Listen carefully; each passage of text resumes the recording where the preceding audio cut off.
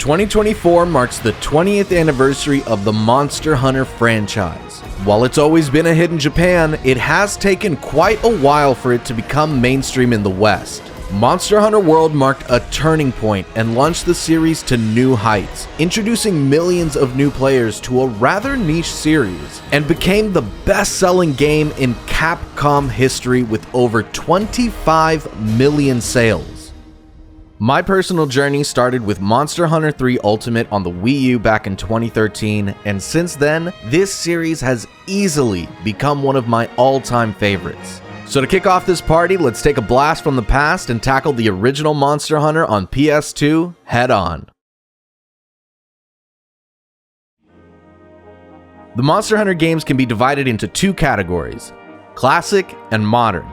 Classic runs through 4 generations of the series, starting with the original Monster Hunter all the way to Monster Hunter Generations Ultimate. These titles are generally more difficult and have an equal importance on gathering and crafting, alongside hunting itself.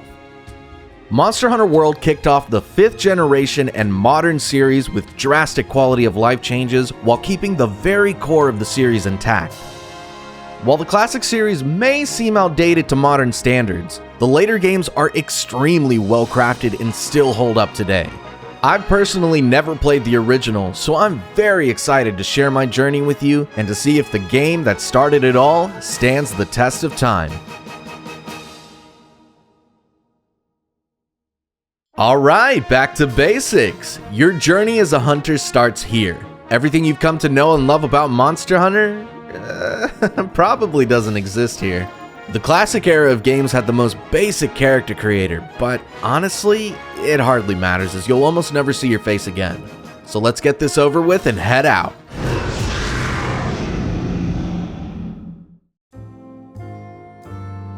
Welcome to Kokoto Village. Population? Yeah, who gives a crap? You only ever really need to talk to like 4 people here. So, just like all the other great Japanese games, let's roll out of bed and begin our adventure. Alright, starting with the sword and shield equip, not my cup of tea, so let's check out the box to switch it out, and there's nothing there. Huh, alright. Unlike just about every title, the original game starts you off with the sword and shield, and that's literally it. Oji-san gives you a bit of cashola, but you have to decide on either getting armor or a different weapon. Personally, I opted for the armor since early weapons should be really easy to create. On that note, let's talk weapons. You have the option between sword and shield, greatsword, hammer, lance, and light and heavy bowgun. Yeah, you heard me right, only 6 weapons. In technicality, there is a secret 7th weapon, the dual blades. Only available in the Western release of Monster Hunter, the dual blades were classified as sword and shield due to only being available through upgrading weapons of that type. So a grand total of 7 weapons. Here's a quick breakdown of each weapon. God tier. Trash. In Gen 1, Sword and Shield loses its ability to use items while unsheathed. Greatsword loses its ability to charge up attacks. Hammer can't stun monsters. Lance looks the same, so take that as you will. And light and heavy bowgun are simply excruciatingly difficult to use as you'll be fighting against the camera throughout the entire game. Okay, look, let's put biases aside. I know I put everything else in trash tier. In reality, the only one that truly belongs there is Hammer. I really wanted to use it, but without the ability to stun monsters, it's just not worth it. No! Dodge! Oh, no. The recovery takes so long. It takes so long that I can't even... the monster recovers faster than I do. I don't think this is gonna work out.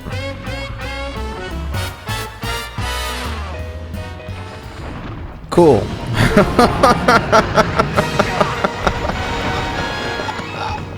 You did it, Tommy. No, they did it. I opted for the greatsword, since it has wide sweeping attacks and its heavy hits can easily knock away monsters, on top of its ability to block. As for the rest, Sword and Shield excels for its speed and versatility. The bowguns, while absolute hell for solo, is particularly great for group and endgame content. And lastly, the lance. Yeah, if you can manage it, the lance is probably the most powerful weapon in the game due to its capability to perform a crazy-ass mechanic called headlocking. Basically, if you can continue to bonk, strike, or poke the monster on its head repeatedly, they'll be staggered for a brief moment, giving you an opportunity to continue attacking their head to stagger them yet again. You'll start the game just like any other by completing a few tutorial quests to get familiar with controls and mechanics. The biggest difference between the original game and more modern titles are combat controls. The PS2 uses the control stick to attack, which initially feels like complete garbage, but once it clicks, yeah, it feels pretty alright. Ultimately, not really a gripe. Well, either that or it's completely Stockholm Syndrome. Attacks are just up push, side push, and back push on the control stick. In tandem with the awful camera, it seems the game will often decide the direction you pushed was a completely different direction, and you'll do something you didn't want to, ultimately screwing your very stiff, flow, let's call it. It's best to keep the camera directly behind you whenever possible. Speaking of, let's talk camera. It blows. It blows so goddamn hard, it will be the very bane of your existence in this game. You will actively fight against it while it tries to keep equal distance from you at all times. It's hard to explain to someone who hasn't experienced it firsthand, but basically, because the camera tries to stay the same distance from you at all times, this means that when it's forced to zoom in, it will rub and jitter against any walls, zoom in extremely closely, and snap back into place the first chance it gets. You will experience this for the entirety of the game, on every map. You will come to despise Area 9 in Forest and Hills. I cannot explain to you the hatred I hold in my heart for Area 9 in Forest and Hills. I hate it when he goes to 9. Oh, he's probably in Area 9. I forgot, he loves Area 9. You know what else loves Area 9? The camera. Because it decides to get super close in on you. Dude, 9 again? Are you kidding me? I swear to God! It haunts me. It truly does. You know what the best part about Monster Hunter 4 was? It introduced Insect Wave. It got rid of this awful camera system where it's just like 3... Well, I guess not 3, but this. During these tutorial quests, you'll be able to notice some pretty big differences compared to modern titles. First things first, you lose stamina fast. I mean, that drops as soon as you start running. There is absolutely no fast climbing. Normally you would be able to consume stamina to climb faster, but that's not an option here. It is abysmally slow.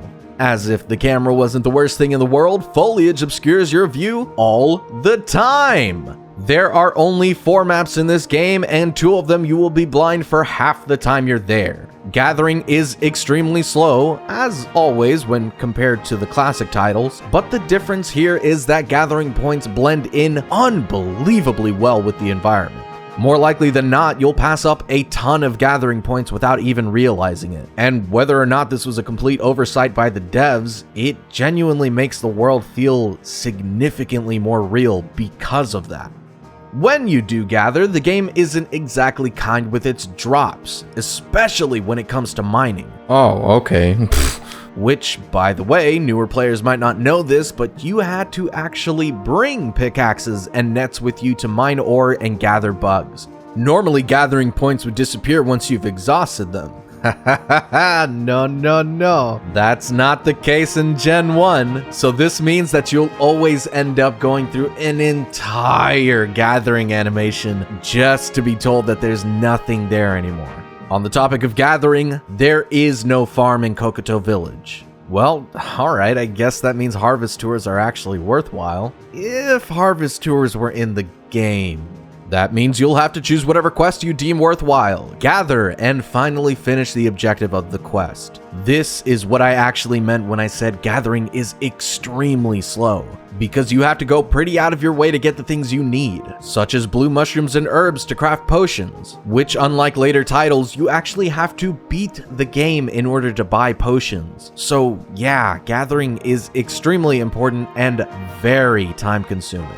To round off gathering, you also have no gathering pouch. You have 2 pages worth of inventory which get filled up extremely quickly when you take into account the potions, whetstones, map, flash bombs, and rations you'll have on you nearly at all times. Book of Combos 3, 5 well done steaks, 5 flash bombs, 2 nets, 2 trap tools, a pitfall trap, and 5 whetstones. It's time. Did I bring my potions? Oh no. Or you read off your list. I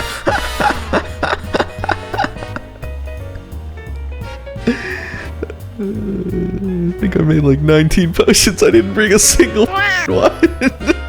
In addition to the monster materials you'll carve off at the end of the quest. While Lineans are in the game, it comes with a heavy heart to inform you, Palicos are not in the game. As a matter of fact, the game actively tries to get you to hate these adorable cats. And you know, maybe I shouldn't bring into light the racial undertones of this game, but good lord, these kitties will rob you at gunpoint, and it is extremely frustrating when they steal something worthwhile. Mother... Not again! No. Go! God, I hate you cats. No. Cats, man. No! Stop! Like always, you can get it back by striking them to quote-unquote death. I fucking hate all of you. I don't want to be that guy, but I mean, come on, Capcom. What are you doing here? These guys don't do anything to you. Leave me alone! The white ones too! Stop it! Nah, I'm just with you. The white ones are equally racist. They'll commit hate crimes just because you don't look like them. Ah! Why does he have a bomb? Also, there's no canteen, which means no fun chef kitties or drawn-out cooking cutscenes in the game. And no food bonuses either. Bummer. You can still cook well-done steaks, though.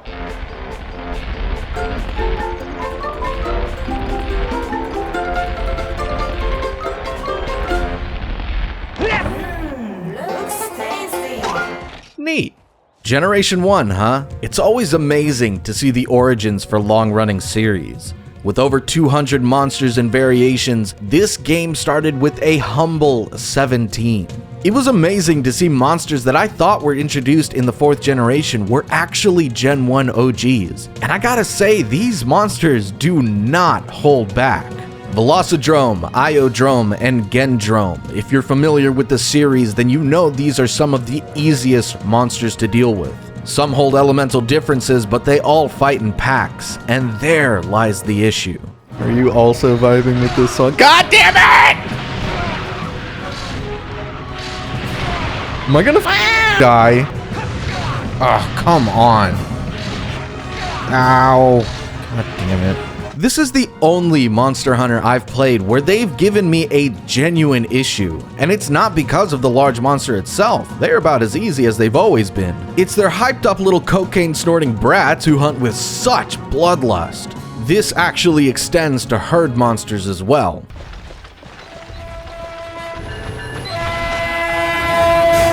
Mother...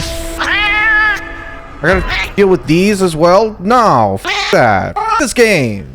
Welcome to your standard wyvern monster, the most popular skeleton in the Monster Hunter series. 10 of the 17 monsters in this game share the same general skeleton, with an 11th being ever so slightly modified. All of these monsters have nearly identical movesets with slight variations to make them a bit more unique. Yankutku will be the first one you hunt, and this is where you realize how Gen 1 plans to treat you from now on. Case in point, Tiny Shuffle, Tail Swipe, Rush, and a little nibble. In 4 simple moves, Jan Kutku absolutely obliterated me. Gen 1 hunters are slow.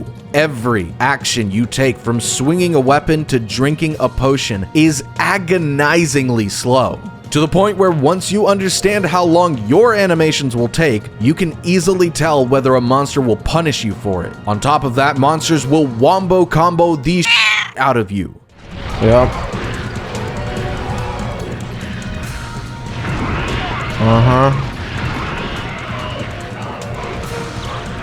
Yep.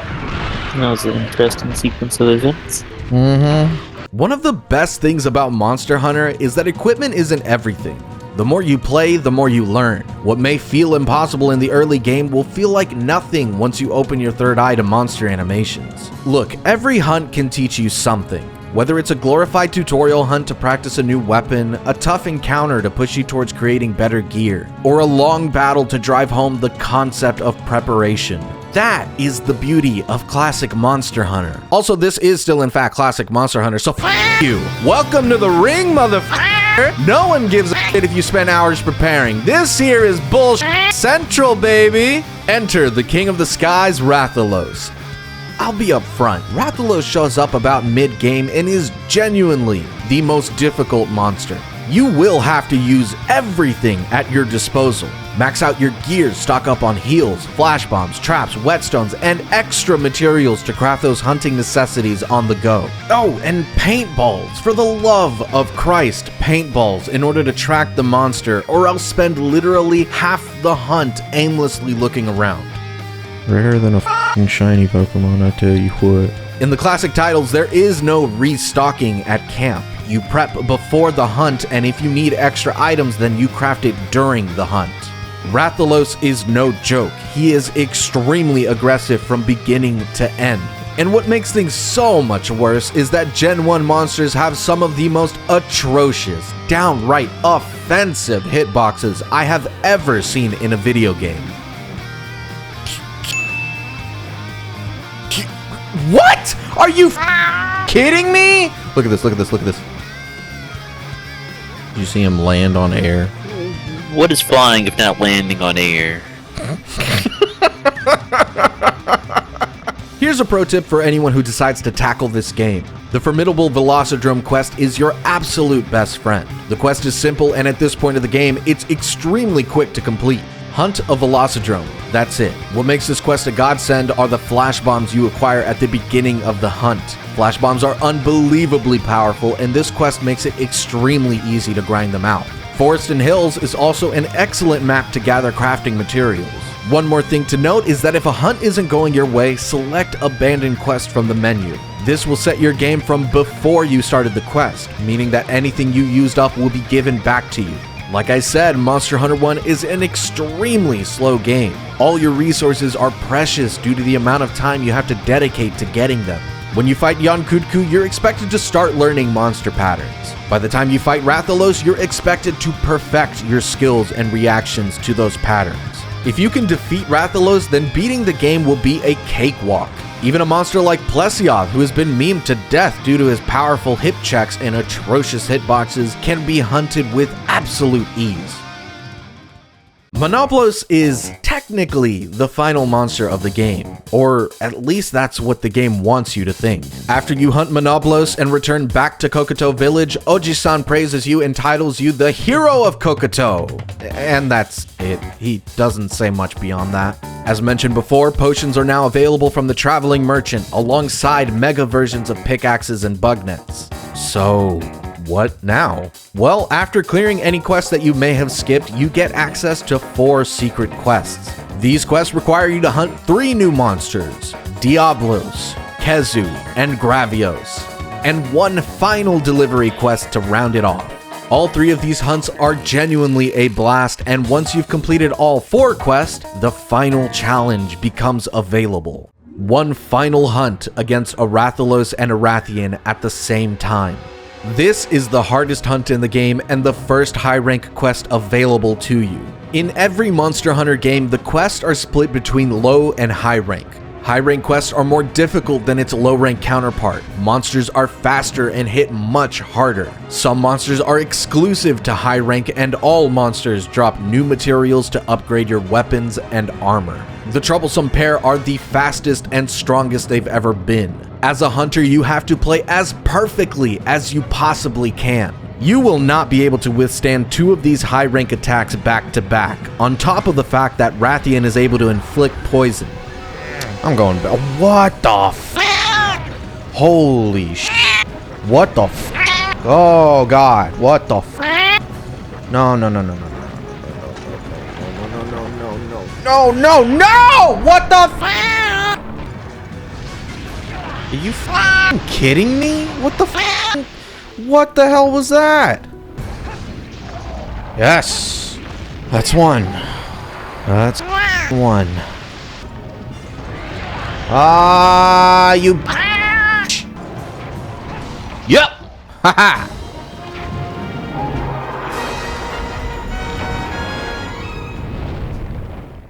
And that's the end of the game. Yep, that's it. Near the start of the video, I mentioned that bowguns are great for group and endgame content, but the thing is, that doesn't really exist anymore. That's because high rank quests are locked to the online hub, and Capcom turned off those servers ages ago. That also means that the 3 Elder Dragons available to hunt in this game are completely inaccessible. Fortunately, that doesn't mean that content is lost to time. Private servers are available for the Japanese version of Monster Hunter 1 and its expansion Monster Hunter G, both of which have fan-made English patches. You'll be able to play online and experience all of what both of those games have to offer. As for the Western version of the game, that's it. That's the full, genuine experience. The expanded title Monster Hunter G never came to the West. In Japan, you could use your save file from the original Monster Hunter and continue your journey in Monster Hunter G. It's equivalent to the Iceborne expansion for World or the Sunbreak expansion for Rise. Okay, for those familiar with the series, you might be wondering why I didn't talk about a few topics, and I'll go over them super quickly here. What about the story? Who cares? Capture quest? They're not fun. Gathering quest? They're not fun either. What's up with the map? Unlike modern titles, the map was segmented into areas. It was actually extremely beneficial when used strategically to escape danger. Why didn't I change out my greatsword for the majority of my playtime? Because the Velocidrome greatsword is literally the best greatsword for about 90% of the game. You have no other options. Are there armor skills in this game? Yes, actually. But it's too much of a pain in the ass to mix and match armors for specific skills for the low amount of content available, and decorations don't exist yet. What about the infamous Powderstone quest? Yeah, right. About that. Why did I use speed-ups and save states during my playthrough?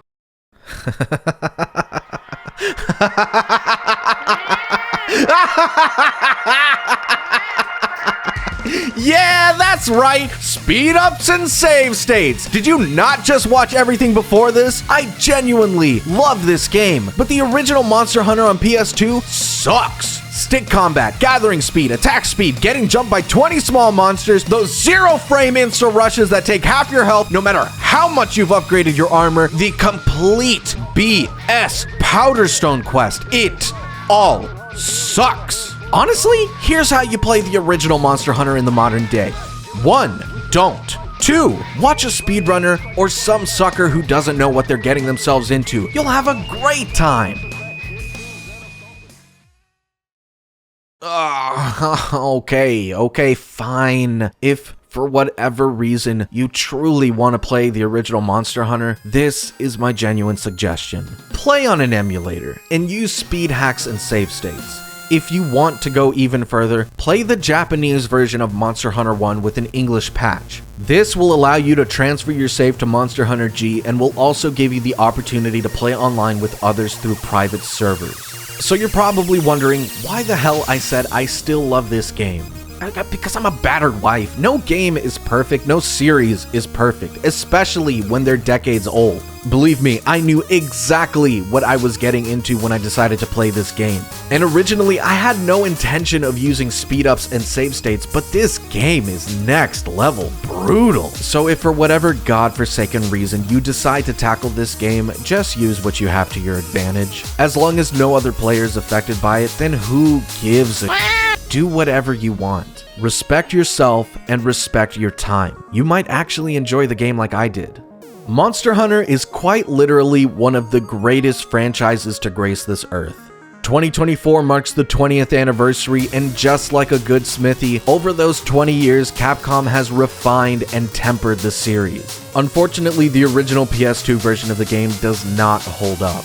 I had fun, believe it or not, but the frustrations of the original game does ruin the experience. I can only truly recommend playing this game to the most die-hard Monster Hunter fans. If anything, this game should be seen as a time capsule, a way to see how things were back in the day, and to appreciate the evolution of the series. If you're dead set on experiencing the entirety of the original game, then take my advice from earlier. And also join private servers and play with your fellow hunter. Monster Hunter is intended for jolly cooperation. Generation 1 of Monster Hunter consists of Monster Hunter 1 on PS2, Monster Hunter G, which was a Japanese exclusive for the same system that expanded the game by introducing colored variants of the existing roster called subspecies, and a new higher difficulty with G-Rank quests, which are the equivalent to Master Rank quests in the modern games. And finally, Monster Hunter Freedom for the PSP, the culmination of Generation 1 and the title that introduces many quality of life features. Monster Hunter has grown to become a comfort item to me. As much as these games make me rage, I love this series with every fiber of my being, and I want to share that passion from full videos, music analyses, funny clips, or uploading my best VODs. If you enjoyed the video and you'd like to stick around, please consider subscribing and follow me on Twitch for more of my shenanigans. Most importantly, hit up the Discord. It's the most reliable way to get notifications on all my projects, uploads, and live streams. I hope to see you there. Thanks for watching, and happy hunting. Next thing you're gonna tell me, Javier, the flash bombs obviously don't work on him because he spends his time in lava. His eyes are just constantly submerged in lava. What the f is a flash bomb gonna do to him? Okay, I mean, you're supposed to be blind. Blind people don't scream, it's just a fact of life. What kind of magazines do you be reading? What scientific articles do you read? I just want to know. Game Informer. You see, there's a lot of info that you lay on me that I've just never heard before, you know?